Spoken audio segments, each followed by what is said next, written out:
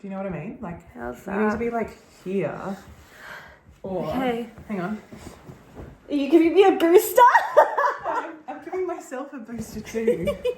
That's fine. I feel like maybe I'm just Do short. you need another booster? Now I actually need a booster. Jesus Christ. Yeah, that's you better. happy with that? Yeah. Cool. All right. Let's go. Let's do it. Welcome everyone Hi. to our podcast. I'm Sarah, I'm Paige. and this is Two Pearls in a Pod. Yay! This is our little corner of the internet where we love to talk about, you guys know the drill, all things yarn, all the things we've been making, working on. And in this particular episode, we're also going to be doing our giveaway for 10k subscribers. Yay! We're a little bit overdue, so We thanks are. everyone for your patience on that front. We wanted to make an informed decision about what we got for our prize. So stay tuned to the end of the episode for more details on that. Let's start by acknowledging that we are on the lands of the Wurundjeri people of the Kulin Nation. We are incredibly grateful to be here. It's such a beautiful country and it's such a beautiful time of year. And yeah, really grateful. Favorite time of year. I feel like if you guys could see outside, spring has sprung. It's official, I think. Do you think it's official? I agree. This morning it was frosty, I love this weather. but it's now blue skies and it is This is my so favorite. nice. Blue skies, but like it's 9 degrees A hint outside. of spring. So good. So Yes. good. The peonies are in the ground for people who Oh, are thank worried about goodness. that. My tomatoes, I have not planted yet. So, I have not, anyway. Let's jump in, I think. I think so. So here's the thing. This is the first episode that I don't have anything exciting whip-wise to talk about because I've been really good about like avoiding crazy cast on energy. But I do have 3 finished objects. I know. This is the thing about when you're crazy with whips. I know. They all just come in one. This is like a role reversal. But they're like humble finished objects, right? I wanted to show you. I want to this. see. I can't wait anymore. I can't pretend to be Okay, normal. so this finished object, I'm just going to take off my jumper and then you can see. Because otherwise what happens is like Sarah and I gush over, like I've already gushed over her jumper now, you know? And then you don't get to see, so. So she's like, I'm not taking it off till we get on camera. Because And you're gonna now lose I'm... It's so Oh my cute. How cute is it? I'm obsessed with it. I'm sorry? I'm like so obsessed with it. Yeah, I know. You look amazing. I'm obsessed with it. I'm obsessed with the colour, like everything. It was so fun to knit. So I should actually tell you guys about it. So this... You talk. I'll just catch my breath. So this is the West Singlet by Sandnes Garn. And I should say this yarn and both the pattern and the yarn were gifted by Sandnes Garn in collaboration with Yarnacopia. And I'm obsessed with it. It's knitted with the yarn that was recommended in the pattern. So the Tynn held with Mandarin Petit, and I'll put in the description the colorways, but there's like a burgundy and a pale pink together. And I'm obsessed with it. This is actually also, embarrassingly, my first summer knit I've actually finished. Did you know that? Every summer knit I start and then I don't fall in love with it, or I don't even start, I buy the yarn for it and then I just never progress. So actually it's really inspired me to do more summer knits because it was so satisfying to knit. Like, you guys could probably appreciate like the stitch definition on this. Like, it looks like a machine knit. It's so perfect. I used your steam block just before you good. got here. Yeah. However, I must say, like, it honestly, it made it like more flat, but it didn't make that much of a difference. Like, it already looked really crisp. It's just like, it's you look easy so to follow. put together. I love it so much. You look so classy. Yeah, like it was great. I mean, what should I talk about? I feel like it's weird to talk about all the details, but I just have to because it was like my favorite thing to knit. I'll talk about the pattern itself first. So pattern, I actually find sometimes Sandnes Garn patterns are a little bit harder for me to follow, and I feel like that's not going to apply to everyone. Like some people just have different preferences in terms of readability of patterns. I personally find it a little bit trickier, but it was one of the more easily followed patterns for me of Sandnes Garns, which was nice. It was quite an easy pattern in general. Like I think this is beginner friendly. The only caveat is the thing that I found the trickiest was probably the finishing. So Yeah, okay. You knit like the front bit and then the back bit and then join in the round and then knit to the bottom, and then you like fold the front bit over, sew it down, and then do like I-cord. And the thing is, when you do the I-cord, you kind of pick up stitches, do the I-cord, and then you have to like graft it together. But because of the direction that you knit, like one of them ends up with a short bit here and one of them ends up with a short bit here. So you need to get your graft looking good because it's going to be like center front. Yeah, and it's not going to be symmetrical because you're going to have one center front and you're going to have one like back. And so the first time I did it, one strap was longer than the other, just I think by the fact of grafting or something. Yeah. So actually, and also I did it at nighttime in the dark. It was, I wasn't wearing my glasses. I basically was setting myself up for failure and frustration. But it was the back one and I didn't care. Tried it on and realized one was longer than the other. So undid it, did it again, and had much more success the second time. And I will say, because when you cast on for I-cord, I remember talking to you about this, when you graft it, like when you cast on for I-cord, you have like the little nubbly bits from the cast on. Like I was asking Sarah, like, how do you graft it to make it like invisible? It seems harder in theory than it actually is, because after I like messed it up, I literally just cut a stitch and then unraveled it. And it was so easy. Live stitches, yeah, and it was actually really easy once I did it like the second time. But that's the part that I'd say is less beginner friendly. You could probably find a little modification of just like tucking it into the facing that you end up creating or something anyway. The other part of the finishing is the hem at the bottom. So in the pattern, they tell you to just like do another two lines or whatever, a purl row, and then to fold it up and sew it down. And I feel like this is why I wanted to block it at yours. It kind of flares out a little bit. Tiny bit. It was really bad flaring out like before I used your steam iron. Yeah, okay. But it's not disastrous. I did an extra row because I wanted this thickness to be similar to the thickness at the bottom. It suits. Like I thought it would finish it off better for my preference. But yeah, it like I don't care. Like I'm still like obsessed with it. And the fit's great. Like the finish, like the neckline is like so really nice. The neckline's really crisp, and that's literally just, I don't even know how to, it's literally just a couple of extra rows and then just folded down on the inside and sewn. And the sewing part was like satisfying. Like I was in a rhythm listening to my audiobook. It was great. Anyway, I love it. I'm obsessed with it. I'm going to actually knit like more summer garments now, I think. Like I've got another one, another summer garment that I really want to finish off now, and I'm motivated to do it. And I'm even tempted to potentially make a second one of these in a different colorway, because the sample like that's on the front page has like a lime green and burgundy, and I really like that too. And I know I've talked about this a lot, but I need to just add one more thing. The colors of this, I'm obsessed with the colors that I chose. And I think this is my happy medium of, you know how like I'm a bright pastel girly? Yes. But it clashes with my deep autumn palette. Season thing. Exactly. Yeah. This is, I think, the happy medium. It gives you the best of both worlds. You can combine brown or burgundy with most brights. And it looks good. It looks like great. Light blue, lime green. Bam. I reckon that's how I'm going to do it. Yeah. You look incredible. I'm set. Like, I can't stop. You just look so good. I feel so fresh. I love it. I'm obsessed. But it's not like, you think you'd look at those colours, you wouldn't say fresh, but you just... Yeah, I'm obsessed with it. You're making me doubt my, like, kind of blanket rule on summer knits. Like, what's normally, your summer knit like, rule? I'm just not into them. Like, I just don't wear them very much. But now I'm looking at you like, maybe this is... Maybe I've just been choosing the wrong patterns or something, because...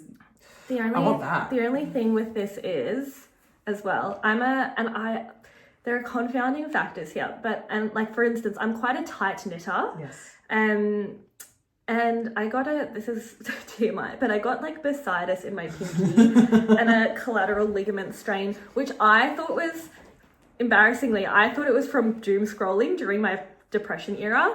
And then it went away. But you know, this is my coping mechanism, like laughter. Yes. Anyway, I got a pop socket, it got better.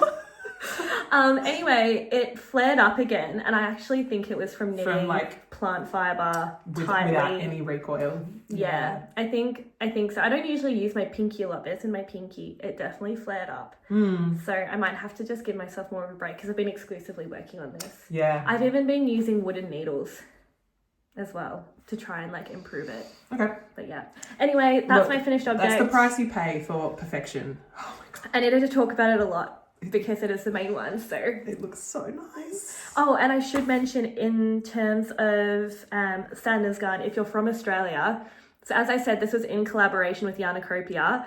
So Erica from Yarnacropia should be releasing pre-orders for a Sandnes Garn order in September.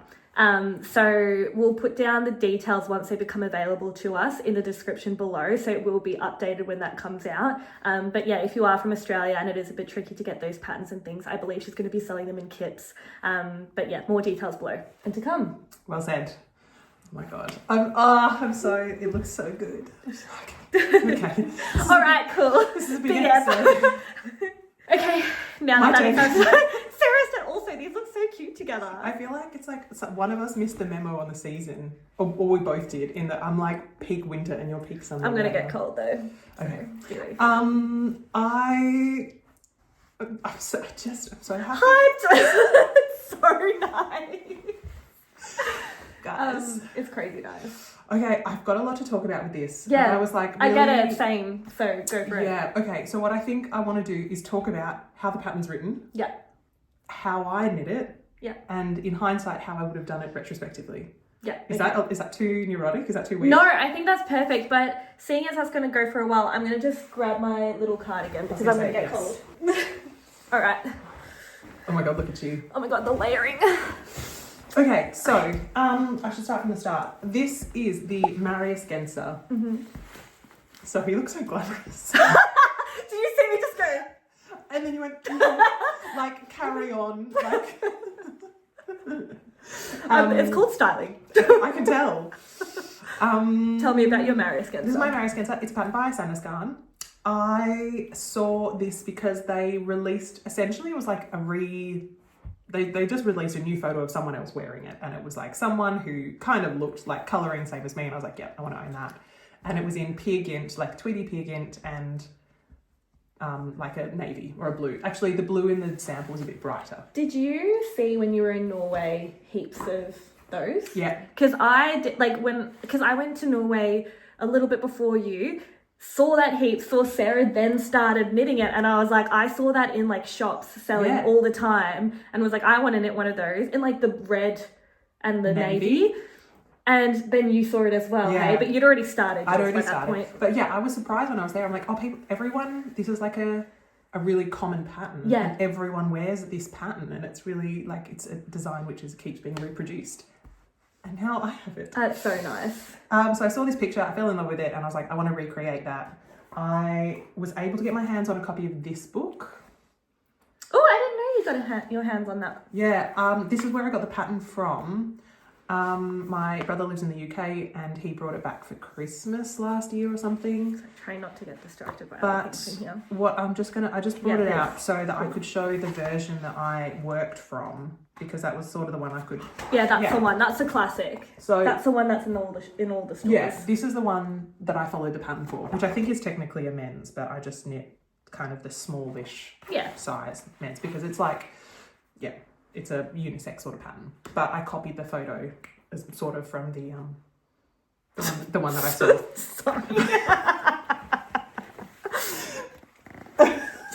Sorry. But like a Scandi dating app. Sorry. So inappropriate. Anyway, where were we? So the pattern for this is in maybe the traditional Norwegian way of making these sorts of drop shoulder jumpers, which is you start at the bottom and you work all the way up to the top, and then for the sleeves you work out how long you want the sleeve and how you want to do the decreases, and then you work from the bottom up. and then seam them. Yes, and then at this bit, you're working in the round, and you work in the round, so you're steeking your sleeve holes. I think all the like Norwegian ski sweaters are like that as well, actually. This pattern has it so that you're working in the round up until the neck, and then you sort of start working backwards and forwards to kind of shape for the neck. With the colour work. With the colour work. So it's kind of like, it's worked in the round, so you steep this thing so you can stay in the round for the colour work, but then here they're like, actually, it's a priority to go backwards and forwards rather than go in the round because we want to shape the neck.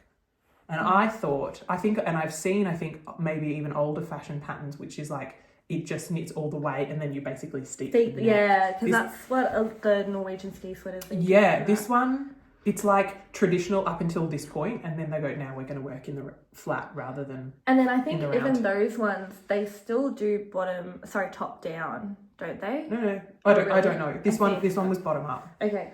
And then you offer you a three needle bind off for the shoulder, which is super neat on yours, by the way. It's stunning. You. Look at this shoulder. Oh my god, stop it. You know how I feel about that. So and it's the thing that irked me, and because I did that, what I did was, rather than start at the bottom, because I wanted to be able to work top down essentially so I could try it on and make sure I had enough yarn, I did a provisional cast on kind of here, knit up, and then picked up the stitches from here and then worked down. Yeah. Because I was going to say, I remember you being here and knitting down. So I was like, Sarah, like you didn't knit that bottom up. No, Lies. I did what I like to do, which is change the direction of the knitting. Also, I am slowly becoming a convert to provisional cast on for things. Yes. And then I did the same for the sleeves, essentially, is so that I did a provisional cast on here, worked up, and then went back and worked down. In hindsight, I would have done a few things. I think what I ought to have done is either just completely, like, I don't mind working colour work backwards and forwards. I think it's not a big deal. And so what I think I should have done is just completely just do the whole thing from the top down. Yeah. And work the front. Back, then join for the body, like as you would for maybe more modern. Is it charted? Designs. Like, is that just a chart. So you could very easily do that. Yeah, I think that would be quite easy. But then what about the shaping and stuff? Still fine. You'd work it out. You could. Like if I wouldn't say it's a beginner project, but like I think if you've done a top-down jumper, you could work it out. If I was going to do provisional cast on, I would do my provisional cast on probably like here, rather than here, because I don't know if you can see. It's maybe blocked out a bit. I think I can see the line where I picked up. Very, very, very softly, but I can't see it on there. I could just see it on your arm. Yeah. There. So like, but is that because like if you ripped back a row or two, could you still? You can't. That's the point. That's why you do the provisional cast on. But even on your, but you could. I'm just thinking about my little thing. You could even do if you do one, like you don't have to cut the whole thing. You literally just cut one stitch and you can unravel it. Yeah.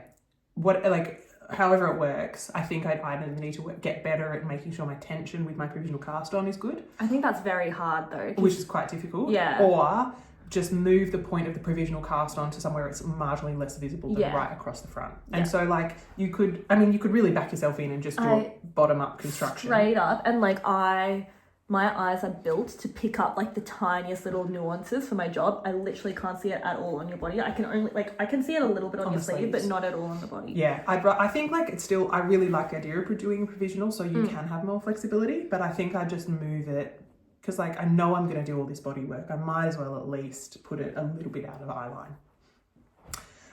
And then for the sleeves, I just do them top down.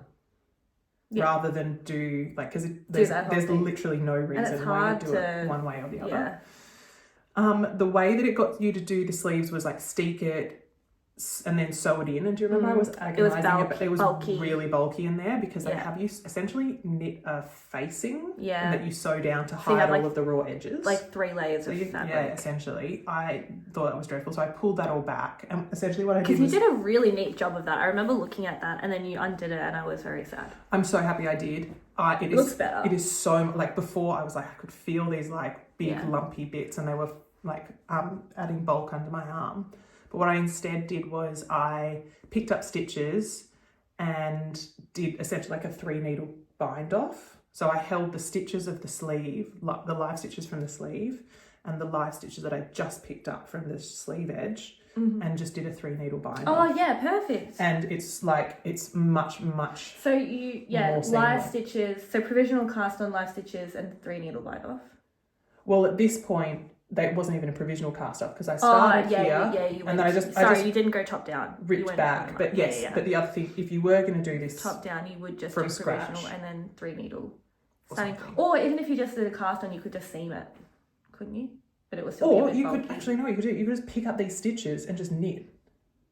Like, just knit the sleeve. Yeah, true. Lol, us fully overcomplicating it. No, but those sides are steeked, no?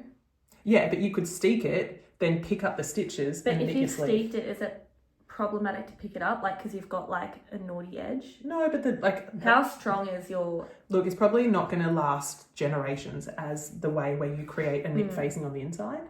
Like, I don't wash my knits very often, and I think it'll still be And we okay. hand But it wash, probably, like, that kind of... yeah, like granted, presumably the reason they do that lining and that facing on the inside is to reinforce this so it lasts forever. I'm going to take the risk because I'd rather it be nice for me. Yeah, no, I get it. Today was its first outing. I wore it to work and I'm thrilled. You feel amazing. I'm just so happy. It looks amazing. It's been on the needles a great. long time. It It's been has. on the back burner and just in time for some frosty mornings and then... Perfect. Yeah. I should say, I knit this using not the recommended yarn. Yes, yeah. I used... Well, sorry, the navy is Peer Gynt, as is in the pattern. But I used Bendigo Woollen Mills Yes. Woodlands 8-ply as my main body colour, which is essentially, it's very similar to the yarn I was trying to emulate, which was the Peer Gynt tweed. Again, it's just a tweedy fleck yarn. It's great. It's perfect. I don't know, if you're in Australia, you can get your hands on, like, I think Bendigo Woolen Mills always has a tweed fleck. yarn, and this one is... And I've been going like recently a fair bit because I went to like the Bendigo Woollen Sheep Show and stuff and we stopped by, and they have heaps now as part of their... I'm pretty sure it's part of their permanent collection now because they have heaps. They always have a tweed. They have it in different pliers now too. They have it in like, they have it in like 4-ply and stuff too. Oh my god, so you can hold it with a mohair? Yeah, you could. Different colours, like they've got lots. Like they've got all the colours now. So yeah, it's really accessible and very affordable. I think the other thing just to note is, because it can be confusing because we're doing collaborations and stuff as well. This is a Sandnes Garn pattern, but this one isn't. This is one that you've just like bought everything. I bought everything myself. This is just a standalone project of love. Actually, last thing, I did... Yeah, tell me. Oh, I just did... About your... I know where you're going. I am all in on my method for getting nice, neat ribbing as someone who has loose tension, which is I increase 1 stitch in every 6 before in the round before the ribbing, so that I have more stitches for my ribbing, and then I go down quite significantly for my ribbing. So I did the body on a 4 and my ribbing's on a 3, but to make sure that it doesn't pinch in too much. And the same with this. You add extra. I added a heap of extra stitches. And it's done a good job. Looks perfect. I'm so in on this technique. It looks stunning. It's perfect. It's just what I needed to compensate for my sloppy tension. The other technique, which I know now you're like, you've found your technique, so you're probably No, I'm open. Did you see I tagged you in that. a combination? There was someone on TikTok who had like a combination knitting outcome situation. That knitting, that ribbing, that looked like a machine. It looked neater than this stockinette. Yeah. It was crazy. Anyway, yeah. So another thing that maybe we can delve into in another time. So in short, I love this. I think it's a great pattern. I really like the kind of amount of colour work, but then you get a heap of stockinette. It's classic, it's traditional, it's going to be like an heirloom, and it's great. It's probably not a first project, but other than that... Just one for me to add to the things that Sarah's knit that now I also want to knit and add to my collection. I love it. I love it. Okay, enough. Some more finished objects, please. Yes, so I reckon we just like alternate in things that we talk about. We'll mix the I've got one whips and more the finished object anyway. Okay, go. Great, so you go. Oh, great. So, my next finished object. This feels like Christmas, this episode. These are my Double Toffler double slipper socks. Well, actually, technically they're the double slipper socks by Sandnes Garn. Again, not in collaboration with anyone or anything, like bought everything myself. But I'm obsessed with them. And I just finished them. Oh I think I talked about them in a couple of episodes ago. Yeah, I think you'd finished knitting them, but you hadn't felted them. Yeah, yet. I hadn't felted them, and then I was randomly at my friend Jess's house, and she's knitting a different pattern. I can't remember the name of her one off the top of my head, but hers has like 2 colours and like a little cuff situation that's also cute. quite cute. And essentially she was like, I'm thinking of felting mine and my partner's, and I just like happened to have mine with me when I was at hers, like with my knitting stuff, and I was like, let's just do the whole thing together. So we like watched a movie, set a timer every like 5-10 minutes to like check on them. Yeah. And this is how they turned out, and they're perfect. Oh my gosh. Great. I know that you've raved about yours so much already, and like I got the hype to an extent, but the hype has like skyrocketed since. So I've knitted mine in the Fritidsgarn by Sandnes Garn yarn, which is a felting yarn. I bought mine when I went to Norway, and so I had access to like all the felting yarns and the colours and everything, and I'm pretty sure this is anyway the same colour that you knit yours in, maybe. Either that or there's like a slightly darker grey. Oh, I think maybe yours. Yeah, yours is a slightly darker grey. Okay. So, oh yeah, and yours are way more felted. So this was a point that we were going to make. Yes. Okay, so these are Sarah's grey, these are my grey. These are revolting.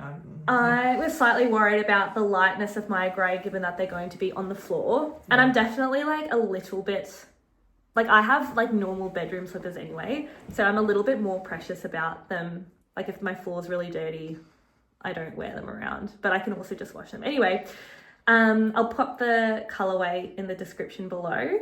So something. Yeah, these are the colors. These are the 2 color optional. It makes yours look really light, but they're not actually. They're like a mild relative, light grey. Yeah. So last time we were talking about like the fact that pre-felting mine didn't look that big. And Sarah and I were both like, oh, it's got to felt, it's going to shrink. Like, is it going to be too small? Yeah. And actually, yeah, like they definitely have I felted them less. I'm probably going to pop them through one more cycle and felt them a little bit more because they're a tiny bit loose on my feet and I want them a little bit snug. But I actually like yours are like, I still like yours, like no hate to yours. I actually kind of like the slightly puffier area. Softer. Yeah, because it's more sock. This is more shoe. And because it's like double layered, when my foot's in this and I'm walking, I feel like I'm walking on an actual cloud. Like it is the comfiest thing to walk in around the house. You can see the stitch. Oh, maybe you can't, but believe me, you can see more stitch definition on mine compared to Sarah's. Like it's felted slightly less. Far less, yeah. But I actually rate this level of felting. Like I hope that, like I'm going to do it one more time to make it small to fit my foot, but I don't want it to be too felted for my liking. But anyway, they were, like the felting process was so easy. See? Like far out. And I think I'm gonna knit. I still have some like the navy color. Yeah. And my younger brother's birthday's coming up. It's on the 31st of August. Right. And he's a real homebody, so I reckon I'm gonna knit him a pair for his birthday as like part of his birthday present. This, guys, this is your Christmas present for everyone. They go so quick. I know you talked about this last time, but this is a perfect Christmas present. I agree. The other thing that I'm thinking of doing is, you might have less of this problem being more felted. Yeah. But mine is like I'm literally wearing 2 pairs of socks and slipping and sliding the floorboards. I might actually get something to make it more grippy. I've seen people get leather soles. Yeah. And so do mine. I've heard of that. I think I'm going to get like some like just grippy stickies. Yeah. Just something to make it more grippy. But I love them. I'm so happy for you. I'm so happy that you are now part of the double toffler world. It's a good world. Oh, that's what I was going to say. I know that they're both free patterns, but I use the Sandnes Garn pattern just because it's like what I had access to. As opposed to what? Isn't there a different pattern? I just use the Sandnes Garn one, which is now it's available in called English. Slipper socks. Yeah. Yeah. I'll put a link in the description below. Yeah. Cool. All right. I've got one more finished object. Yes, please.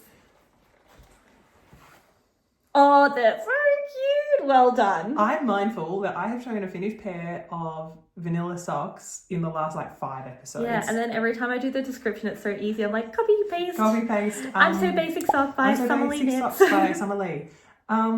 These have been finished knitted for quite a while, but the sewing in of the ends took 10 million years. Oh yeah, I can't imagine. And so I really just needed to like set aside an evening, and I'm like, I'm not doing anything else. I'm not making any progress on anything else. It's going to be an evening of I want to play weaving with one ends. while you're chatting. These were meant to be like a bit of a stash busting, which is obviously gone incredibly well. I used minis and like little scraps that I was sent as part of it was like the 2023-ish Scrappy Advent that was organised by Rebecca of the Crayabeya. I was paired up with someone who lived like mid-north coast of Australia, and she just sent me a heap of her scrap yarns, and she has like a really fun colour palette, and so I just kind of lined them all up and made scrappy socks with that yarn. And there's not much to say other than like they're really fun, and They're I'm happy super that they're cute. done, and I'm happy that all the ends are all woven in. I also remember you talking about where the join was Yeah. being a thing. How'd you go with that in the end? Basically where you had the changeover of yarn. Yeah, and like, man, I didn't want to agonize and make it too, like, I wasn't too obsessed with making it perfect. So like you can see where the jog is, Which is fine, but which like, is did fine. you end up I have having made any it so issues? that the edges, the point at which I change is on the inside of both feet, or on the outside, so they're kind of like symmetrical. Yes, thank you. It was fine. Yeah, as I feel like as I knotted them and like reinforced the joins, they kind of evened out and pulled together. Because I remember you worrying about like if it was going to be a point of vulnerability in said sock. I'm sure it will be. But like now that they're all woven in, it probably would be fine. Actually, I forgot to mention that about this pattern. Oh yeah. The jog. Oh yeah. Wait, where is it now? It's here. I can see it travelling here. Oh yeah. So it's like, you can see it like a lot more in camera. I had to look for it. I'm really feeling it more than seeing it. Yeah, it's subtle. Mine travels diagonally. I tried following like jogless stripe tutorials, and I don't know what I'm doing, but whenever I do it, it moves over a stitch each time. But whatever I've done, it looks pretty much invisible. Yeah. So great. Anyway, I just use the technique of you pull up the stitch when you change. You use like the leg of the previous one? Yeah. That's all I did. Yeah. Sorry to hijack. Not at all. I think it's a very relevant conversation because I'm doing some other stripy stuff, and I have varying degrees of success with jogless stripes. If anyone has any suggestions for like really like reliable good jogless stripe approaches, please let me know, because like this I didn't really mind, but anyway, I'm open to suggestions. Yeah, they look great. But yes, it is yet another pair of socks. I'm taking a pause from socks for a while. That's so funny because I was this morning thinking, I need to cast on a new sock. I mean, I've cast on a sock, but it's going to be like an emergency, got nothing else to work on situation. Yeah. But yes. What's next? I have another finished object. I mean, guys, you know that this is not who are you? Me normally. Said with love. But yeah, much love. but it's a good thing for me. So if you're new to the podcast, don't be intimidated. These have been whips for a very long time. Next, I have a pair of mittens. These are the winter essential mittens, and I'll pop the pattern on the screen. Do you want to hold one so you can have a look, and then I'll like show the other one. God, they're so cute. I knitted them in a yarn that has Possum in it. It's from Fibre Naturally, and they have Alpakka allure, and they're always at the Bendigo Woollen sheep show. But this time they also had this like Possum composition yarn. And I wanted to try it out because it had a beautiful halo. I've just like, it's not held together with anything. It's just by itself, and it still has like, stunning. I mean, you can see this is like super halo-y, and that's like Ballerina chunky Mohair. This one still has like a gorge. It's really kind of hard to see, but this one also has a really nice halo, but it's just by itself.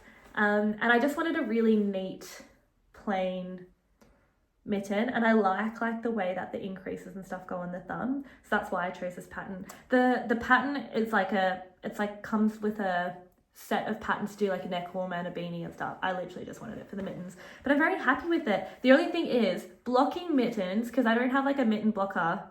I don't even know if that exists. And because it's like such a specific shape, but also the 2x2 rib, it was challenging to block actually. Yeah, I don't even know how you do that. Ended up, I'm not even kidding, using my sock blocker.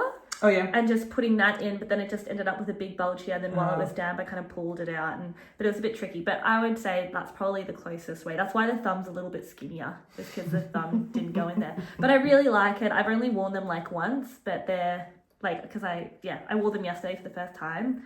But they're super cozy. What do you think? They look so classy. Like just a great little pattern. I'm really impressed. Yes. They are. This morning I was jealous. This morning I was like, I need mittens. Yes, so I do this morning. It's my first pair of mittens that I've ever knit as well. Just full marks. Thank you. Look at you. Yeah. Churning things out. Mm-hmm. Cool. Okay. What's next? I have 2 whips. Excellent. Where shall I start? So going back to Yarnacopia collaboration and things gifted by Sandnes Garn. This is is there anything not Sandnes Garn in this?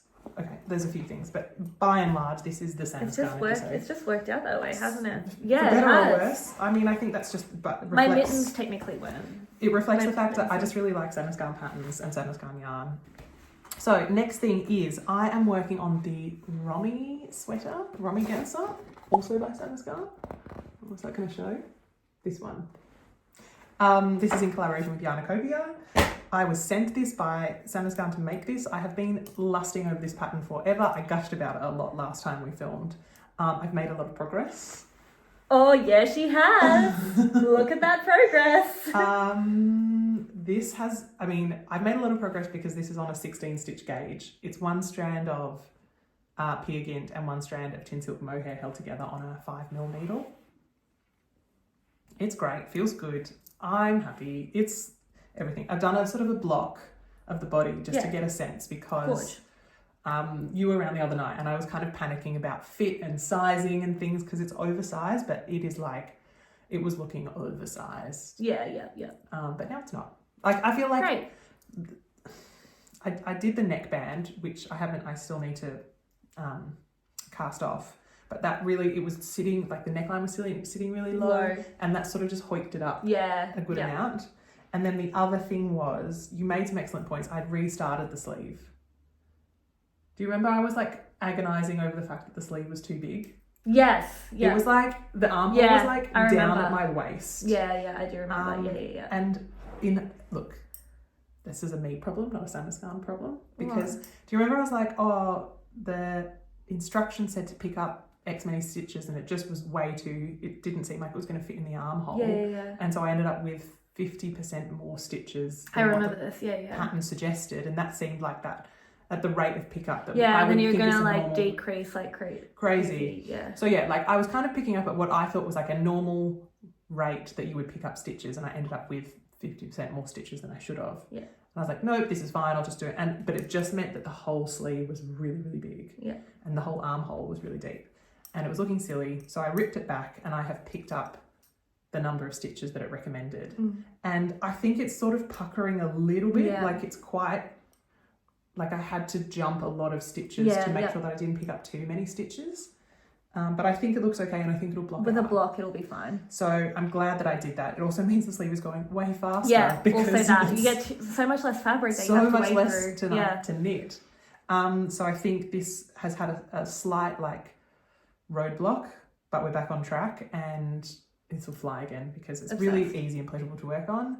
And I'm kind of looking forward to doing the vertical lines. I know at the start I was like, oh, you have to duplicate stitch in the vertical lines to create the window pane check. And initially I was like, oh, that's such a chore, but I'm just kind of excited to see how it I mean, something that you could consider doing, I don't know, I do these little things to like help me get through like the more tedious parts of patterns, is like you could do like one and then like go and then do like another one and then keep going rather than doing them all in one go. Oh yeah. I've found that like particularly for this, I find that doing the finishings before I finish the project makes me hate doing the finishings less. Oh yeah, fair. I do that just for like yarn management reasons, not for like motivation reasons. I like had the bottom on barber cord, did all the finishings, and it was for me, it was for length. Like I wanted to get the length right. Exactly. But yeah, it feels like less of a tedious task than. But it sounds like you're excited. So I'm so excited. It's so squishy, and I'm so excited. The theme is navy and white. I mean, the theme for me is always navy. And the theme for me is always pink. So. Man, you get variety with this podcast. You can relate to someone here, surely. Do you like brights or do you like navy and white? Yeah. So this coming along. I would love to get it finished in time to be able to wear it a bit before it gets too hot. So oh yeah. Pressure's on. I reckon that'll fly. I think it will too. But yes, it's my first. It's my first of the collaboration for September. Yarnacopia. So exciting. I think then I'll talk about my one. So Guys, this is the most like, oh my god, this is overstimulating for me. So this pattern is from DIY 207. 2507. 2507, thank you. It's Leviosa, not Leviosa. Yeah, yes, I do that all the time. No, I'm just in my head just scrabbling numbers. And I have a swatch to show, but I've also started the project. So look how cute it's looking. Can you see that? So guys, kind of like I was saying before. What's this about? Burgundy going with everything? Burgundy just goes with everything. So this is really fun because it's Peer Gynt for the main colour, in that beautiful burgundy colour. As usual, all the colourways, the numbers will be in the description below. And then the accent part is in Ballerina chunky mohair, and it's 2 strands held together. In my swatch, I actually didn't realise it was 2 held together. I thought it was just 1. So the swatch only has 1 held together. I was going to say, it looks quite, like, it doesn't look bad, but I was like, oh, it feels like the texture thinner, feels different. because I made a mistake when I did the swatch, but like, whatever, it was for the swatch. Yeah. And then in the actual one that I've started, it looks like a bit of a dog's breakfast because I've had to have it in hibernation for a while. But I don't have all that much to show anyway, but I've made a little bit of progress so far in terms of the project itself. And oh my gosh, it's so satisfying to knit with Peer Gynt. The recoil, like the elasticity. I'm just really also excited that I can like talk about it on the podcast now, that it's being released. And yeah, so I reckon like this is now going to be my main focus now going forward. Yeah. I feel like this whole channel is just like a love letter to Peer Gynt. I feel like. It is a love letter to Peer Gynt. It's so nice. This is the first time that I've knitted with Peer Gynt. I've done swatches before, but this project is the first time I've started knitting a full project with a lot of Peer Gynt, and it is so satisfying to knit with. I've gone up as always. So every single project I've talked about, half a needle size up for my toy knitting. It's gonna look, it's so impactful, like the contrast. And I actually really like the textural difference. I was not, when I saw this, I was a bit unconvinced. I was I don't want you're like, I don't know about that, but I really like it. I think it like pops. I'm a real convert because it's like fun, and it's because I kind of was like, I'd rather all plain or all fluffy. Yeah. But I don't know, I'm into it. It's fun. I'm way more into it than I thought I would be. Yeah, it's fun. Interesting. Can't wait to finish that one off. I can't wait to see that grow, and like it must, yes, like all colour work, like the Moorishness of 100%. And I can't wait to like get more in the rhythm, because at the moment I'm still doing like the increases and stuff like that. I can't wait to get to just the stuck in it part of it, the mindlessness of it. Sorry, that mohair got me again. I need to do something about this. We're gonna need a prophylactic antihistamine before mohair exposure. I have one more whip. Let's go. Which is the last thing from this collab with Sandnes Garn. And that is, I am making the Millie dress. This is a fingering weight alpaca silk dress. Beautiful. It is going to take me thing. 10 million years, and I have come to terms with that. But I've started. I was like, no, I want to start. I want to like get it going. Oh, Like I haven't got much to show, but no, it's know like, that this is a lot to show because it took so long. Yeah, and it's got that cool touch from the alpaca. Oh, that is so nice. I'm knitting this on a 3mm needle. The alpaca silk is a yarn I haven't used before, but I'm very into. It feels lovely. It's 70% baby alpaca and 30% silk. It's beautiful. I think I mentioned this last time. I saw a sample of this knitted up, and it looked really, really nice. And I was like, oh, I want this sort of like, I want a woolly dress, a light, fluffy, drapey, like alpaca-y dress. And I'm really excited to own this. But yes, I think I'm at the point now where I need to spend some time. I think I've got to pick up for the sleeves. I think that's the back done. But yeah, it's really nice. It's all stockinette. I've got to watch it fairly closely because it's a little bit splitty. Yeah. So it's not quite like movie knitting. It's TV knitting, but it's not quite cinema knitting. But I am excited for this to one day be in my life, and it's just my stockinette project at the moment, and I love it. I can't wait till that's done. Like, I think, are you still planning on doing it as like a little t-shirt and then... Well, I thought I might stop at t-shirt and just kind of like get somewhere out of it as a t-shirt and then keep going, because I think it's... To break it up? To be honest, I haven't checked the pattern to see if it like the shaping is different if it's a top, but I know that the pattern comes... I've seen it knitted as a top as well using Tynn liner, which is like a fingering weight. That's one of the ones yarn, that was used for which is a bit more summery than this version, but it's to the same pattern as my understanding. But this is my other it looks so good long-term whip, and I'm into it. I wish you guys could feel it. I feel like that's where like a lot of the appeal is. I feel like we spend a lot of time trying to describe it. Anyway, navy and white. Yeah, you've got it. You've got it. Anyway, that's all my whips. That's everything I had to talk about. Can I just share one thing? Yeah, of course. I took your advice. Oh, yeah. Love it. I got Is your life changed? Yeah. I bought what do you call this? A pill organizer? Yeah. And I've been keeping my stitch markers in there. Can't see them. And now I'm like, I feel like I'm so much more justified to have nice stitch markers because I know I'm going to not lose them everywhere. Yeah. Game changing. I feel like my life is just like compact in control. And cute. Yeah. I'm so happy. Speaking of, shall we go to the next order of business? Yes. So we wanted to thank everyone again for our 10k subscribers and finally get around to doing that giveaway. So thank you for everyone. That we've teased for a long time. Yes. So I'm sorry about that. We wanted to be really informed in terms of the decision of what we chose to give away. And so thank you for everyone who commented on the previous videos talking about different yarns and things that they wanted to try from Australia. And basically, like by a long shot, everyone wanted to try some, not everyone, but essentially like majority wanted to try Possum yarn. So that's what we're going to do. The slightly tricky thing is that we ordered it hasn't arrived. Like, it's been a bit delayed. I saw it's going to be here in like 2 days. Oh, which fine. is a bit annoying. But we'll put a photo on the screen of what it's going to look like. And we wanted to try and get, the tricky thing is as well, we wanted to try and get some Possum yarn that's like within Australia. And there aren't many places that can get the Possum like in Australia, like licensed. So that's why it was a little bit trickier, I think. But, so we're going to be giving away one skein of the kind of neutral, natural colourway from a Tasmanian small business called Woollen.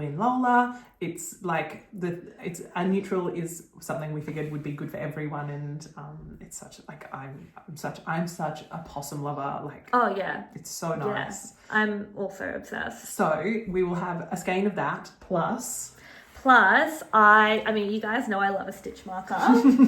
So that was the segue, right? I missed that. Sorry. It made sense in my head.